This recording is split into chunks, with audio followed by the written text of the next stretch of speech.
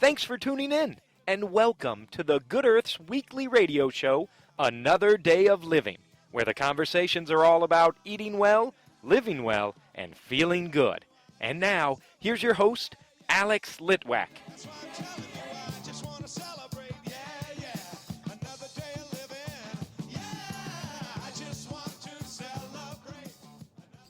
I'm on one of my field trips in west central Indiana, and I'm at Hobbit Gardens.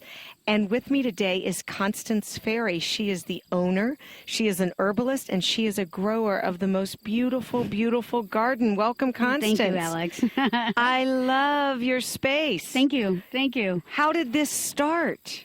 It's interesting because I grew up in the suburbs outside the main, Atlanta, New York, San Francisco, all the main metropolitan areas. So I didn't grow up in the country. And when I moved to Indiana, because the man I was in love with was from Indiana, we decided we wanted to live in the country. And we found this piece of land after we'd lived out in the country for a while, and thought about homesteading and decided we wanted to do a little better than just homesteading, just eking our own living, So, and I, living out here, I needed a way to connect and to be busy and, because I wanted to raise my children. Yeah, I like to work. And so I created my business, and it started out just as growing our own food. I was an organic vegetable grower first, and grew about 2 acres of organic vegetables and went to markets and sold from 87 until about 2000. And my interest and passion kind of moved towards the herbs because I was growing the herbs with my vegetables to attract and repel insects, and to keep the garden healthy and strong. So I moved the vegetables to the North Gardens, and along with nature, with Mother Earth, just kind of the gardens evolved. So they're kind of really wild at this moment, and grown, and there's a lot to be harvested out here still, and it's just always a work in progress. It is a beautiful, beautiful work in progress. So let's pick something, and you can tell me about it. Okay. I'm just going to step through here. Yeah, we're walking through. I don't want to hurt anything. You won't hurt anything. I tell people whatever's in the paths, walk on. All right. So this is your English thyme. This is English Wedgwood thyme, because if you look at it, it has almost a bluish cast to the leaves. So that's where the Wedgwood comes from. And English thymes are beautiful thymes in the garden, great for landscaping, great for using for medicine. I don't use it for cooking. I use your French or your winter or your German thymes for the cooking thymes, which are your shrubbier, more upright thymes. And if you smell this thyme, you will see the difference. If you rub and smell that, you will smell the difference between that thyme and this thyme. It's stronger. So fragrant. So what is this English thyme used for medicinally? All thymes are really strong in antibiotic, antimicrobial, antiviral properties. And so they're used for colds, flus, fever, to help us, our immune system strengthen and for us to stay healthier. They're really strong. I use actually white thyme in my cleaning my house because it's such a strong, antiviral, antibacterial, antimicrobial that I use white vinegar and a little bit of soap, a little water, and a little white thyme, and I make a cleaner to clean my house. So what do you do to the thyme? Do you? You make a tea. You make a tea. Yep. You make a really strong tea. So like I fill a packet full of the thyme, and then pour the boiling water over it and let it steep for about 50 minutes, half an hour, and then I strain it and use that and add a little vinegar, a little soap, and wash. And when you say add a little soap, what kind of soap do you add? Dish soap. Okay. But a dish soap that's a true soap, because most of our dish soaps aren't soap. They're petroleum products. So they aren't true soaps. So you want to use a true soap, which is like 7th generation. What's this? This is amaranth. I started growing it as an ornamental. So with all the rain, they're kind of falling over, but they get these huge, beautiful heads on them. But it's an annual, a self-seeding annual, so it's a warm annual. There goes a tractor. There does go a tractor. They're going to make hay. They're going to make hay. I love when they make hay. It's the one thing I do enjoy about conventional farming still is when they make hay. Is that because you like the smell? I like to smell them because they don't use chemicals. Yeah. in Yeah. that. So I like that. This is a neat color. It's a beautiful burgundy, sort of- deep, yeah, rich burgundy. Very nice. Yeah, and it's edible. Leaves on all amaranths, whether it's called a vegetable amaranth or an ornamental or a seed amaranth or a grain amaranth, all the leaves are edible and all the seeds are So, edible. I know about grain amaranth. What does this particular plant do? This you can use the leaves, Uh-huh. and you usually use them before it's in flower. Okay. The leaves, because they're more nutritious at that point. They're more tasty. They're tougher when it goes to flower. Okay, and then you also use the seeds, which are the black, the dark. The seeds are the grain, and they're tiny, minute, so it takes a lot to get any amount. So yeah, it's really high in proteins. It's a really nutritious plant. So. All right. So and we can walk right. See the wood chips right there? Yes, yep, the I path. do. Yeah. So like here we have this is hoary mountain mint. It's a beautiful, looks like a hoary frost. Can you smell it? Mm-hmm. Yeah, over the top. It has the Pulgame essential oil, which is the same volatile oil that you find in English pennyroyal and pennyroyal. And we have our wild one is our American mountain mint. And it's a great insect repellent plant and a really strong medicinal herb that's used for digestion and used for different, as an emmenagogue and has different properties. what's an emmenagogue? Emmenagogue promotes menstruation. A lot of our herbs, because women are the ones that hold the medicine, have historically held the medicine. So the wise woman tradition, which is the basis of all medicine because it's the most ancient tradition. And you can chew on these leaves? Sure, yeah, and you can just take them like a lot of, and I'll show you we'll talk about some weeds too because weeds are great. So you rub it and it repels insects. So you just rub the leaves on you. The Pulgame essential oil, when you rub the leaves on your body, is on your skin and it repels insects. Yeah, we need it because, boy, are the mosquitoes they've been horrible With all this the year. rain, yeah, lots and lots. Yeah. Plus, we have the African zebra mosquito, which is that little black and white one that's out all day long, all the time. So, Not my idea of fun. now here's mugwort. Mugwort is considered a woman's herb. It's Artemisia vulgaris.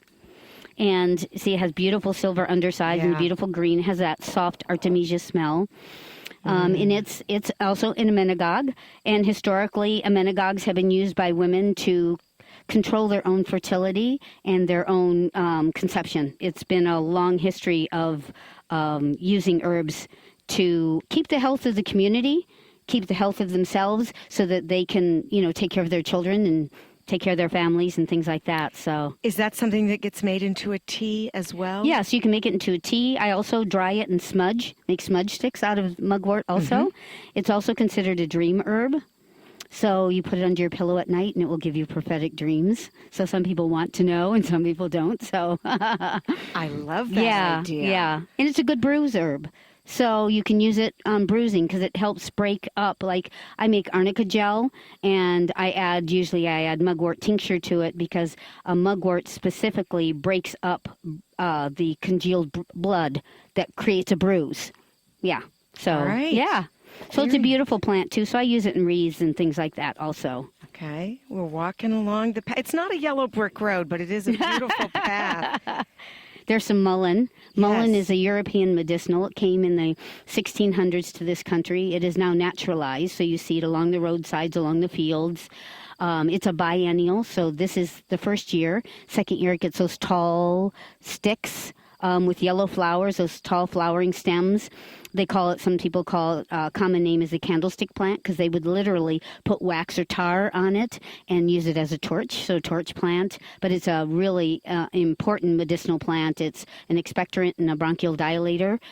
So for our respiratory health, it's a great plant. When my kids were little, I used to put garlic mullein oil drops when they had In their ears. Right. Yes. But that was the flower. The flower is used more for the leaves are used more for the lungs. Ooh, what's this? This is Vitex agnus castus. And it has one of the few plants with 3 names. And so it's a beautiful finger-leaved plant. And it's a shrub. It's considered a tree, but it's really a shrubby tree.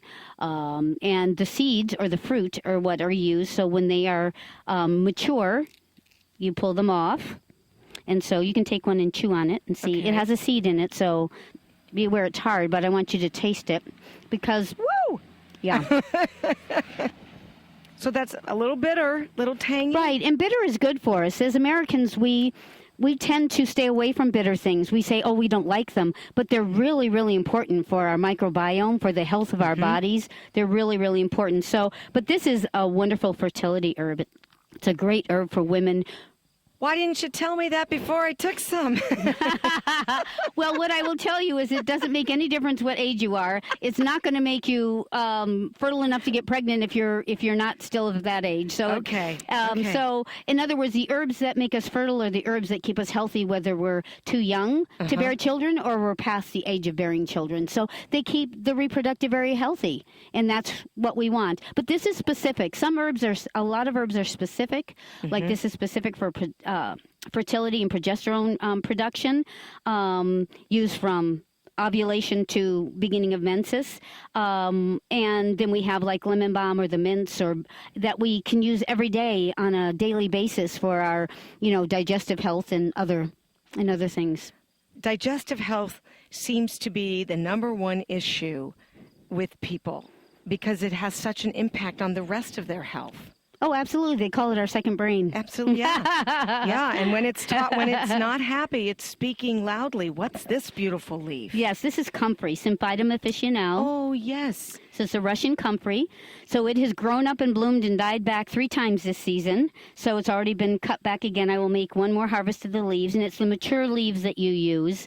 At least internally. It's one of those herbs that, because alkaloids are the strongest medicinally active compound in our plants, they can be either healing or in too large a quantities, or in some plants, just any quantity at all is what is considered toxic, or even causing death. Comfrey is not one of those plants. Comfrey is a very misunderstood plant. It has pyrrolizidine alkaloids, which are called PAs, and in the root, they're very strong, so the root is used topically. It's a great cell regenerative herb, a wound healing herb, has lots of nutrients. People use it for pain. The one herb I have people come and ask for fresh are people who, grew up using comfrey. Their, mothers and grandparents, and, it's been passed down, and they use the comfrey leaves, and they pour boiling water over a comfrey leaf and then lay the leaf across their lower back for lower back pain. It's a wonderful kind of magical herb, full of nutrients. The leaves, when they're mature, the large new leaves, not the young leaves. Young leaves have higher PAs or pyrrolizidine alkaloids. The mature leaves are used in tea. They are high in calcium, so they build our bones.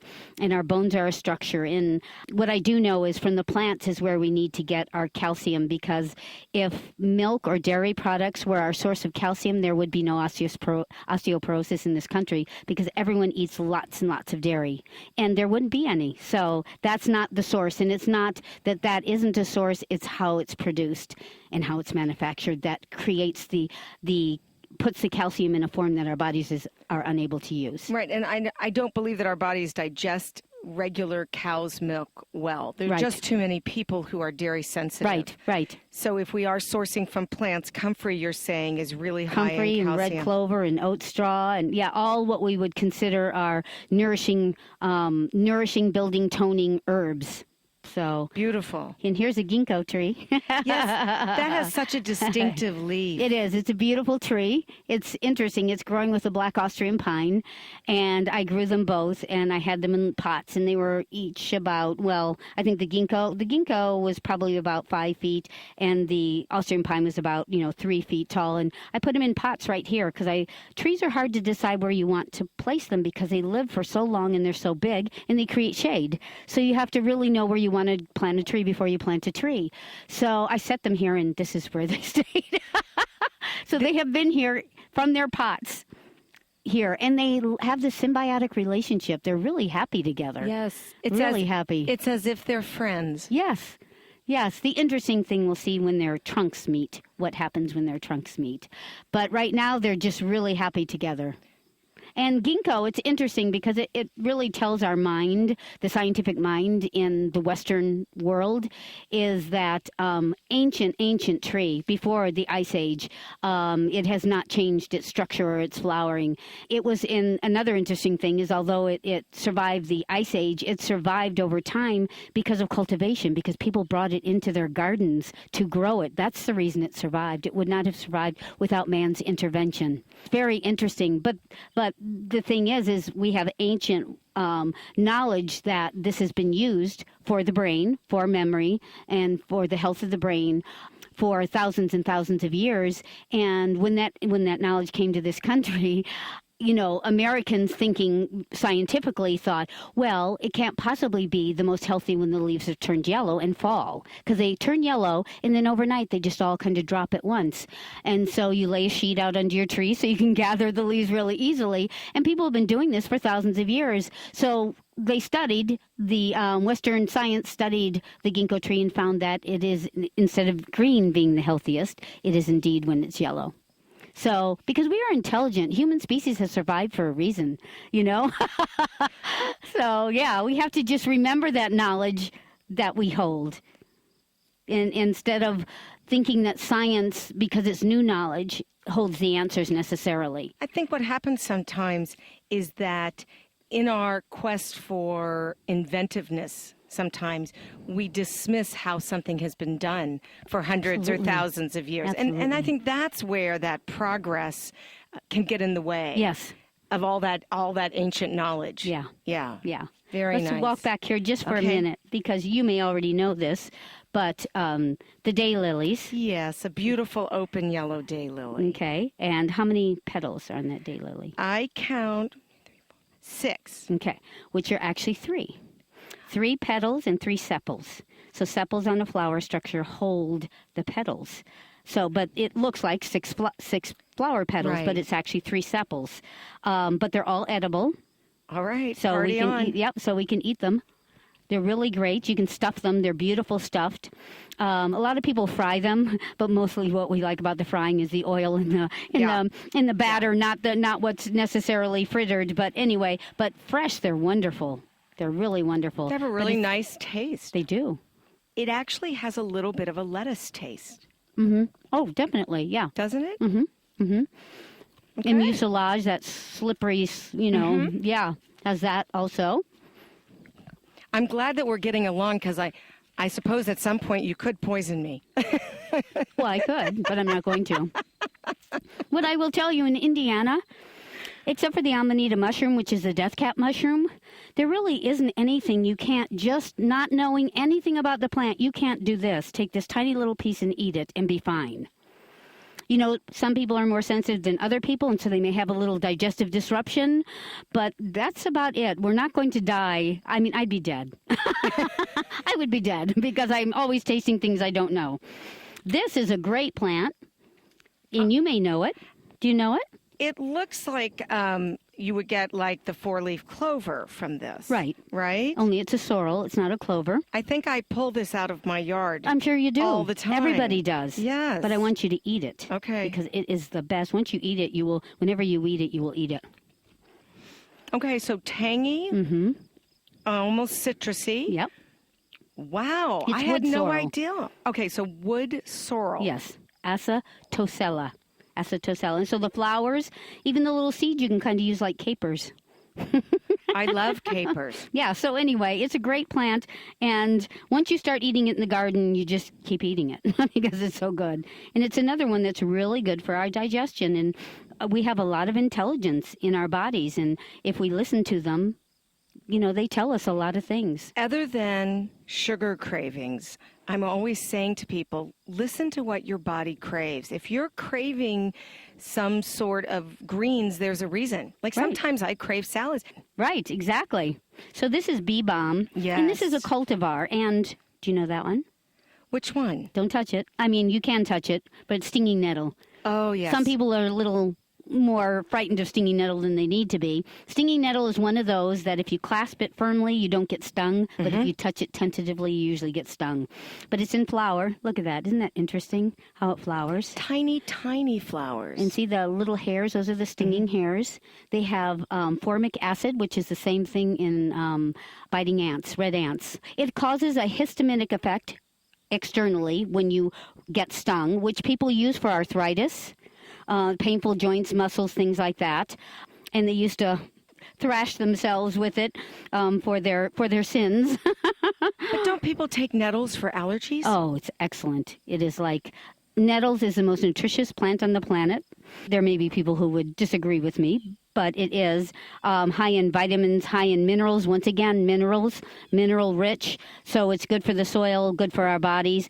All the minerals that are in the vitamins in any plant, when taken as food or taken as tea, are all available to our body. Our body uses it all. So there isn't any waste. There isn't any waste when it comes to plants. Yes, it's great for allergies and asthma. It's great for adrenal fatigue.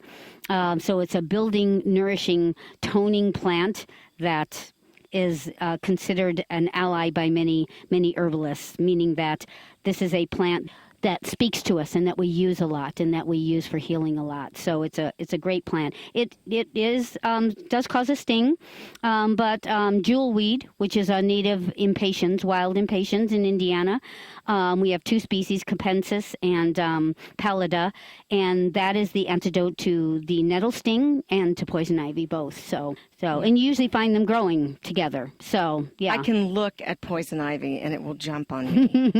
I don't know why, but it does. Yeah. Yeah. And this is bee balm. This is not our native bee balm, this is a Monarda didyma, which is from a species in the east that came west. Our species here is fistulosa, which is that pale kind of violet, almost to white that we see growing along the roadsides, and it's really tall. It will be, easily 4 or 5 feet tall. This is a beautiful cultivar. It's called raspberry wine, which, if you can imagine the color of raspberry wine, that's the color of this plant, and it's just amazing. But they're all used interchangeably. Yet the native peoples would tell you that when we see a colony of fistulosa, Monarda fistulosa, our common bee balm here, we see one plant, we see one species. They see 4. How they so? They can distinguish.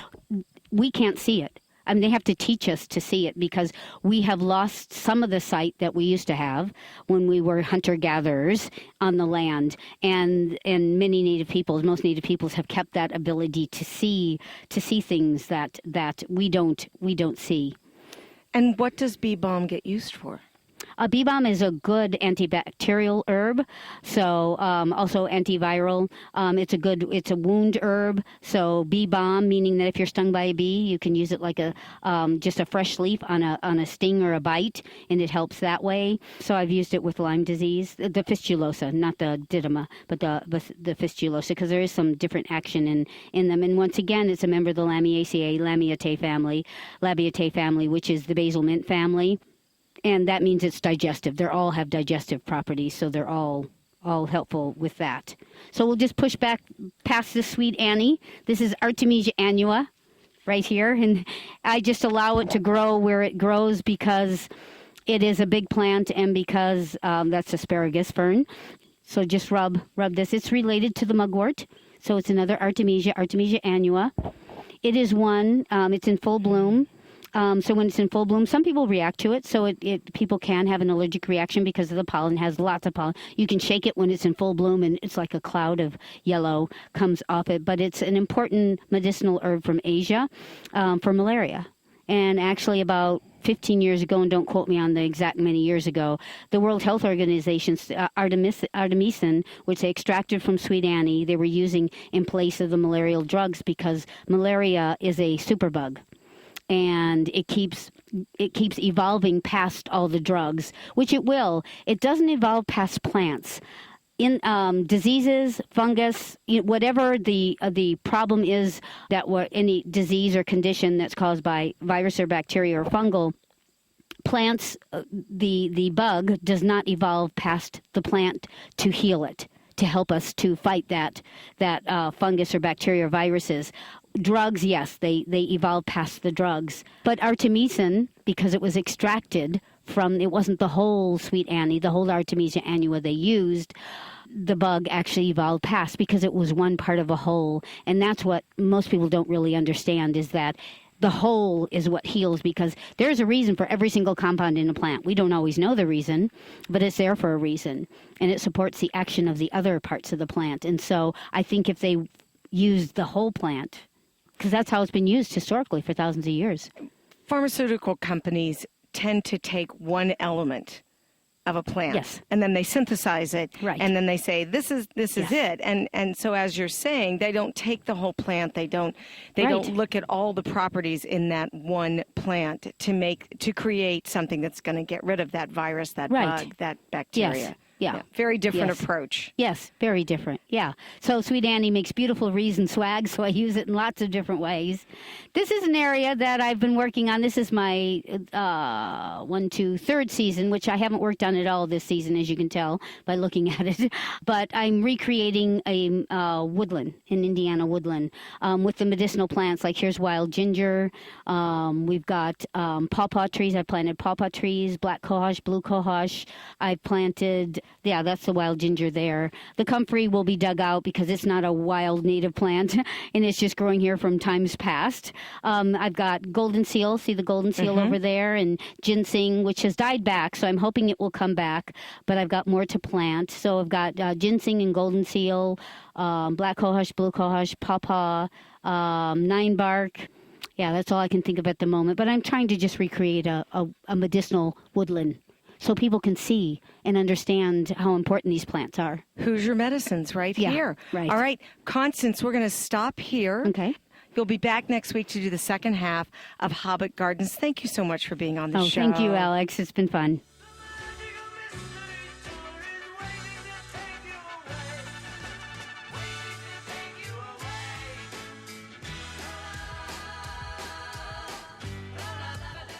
It's the Good Earth's 45th year of providing organic foods, high-quality supplements, toxin-free body care products, therapeutic herbs, cooking spices, herbal teas, healthy shoes, and more. We've got over 20,000 items packed into a lively house in Broad Ripple, and our knowledgeable staff is here to help you find just what you need. We're open Monday through Saturday, 9 a.m. to 8 p.m., and Sundays, 11 a.m. to 6 p.m. And our website is good-earth.com.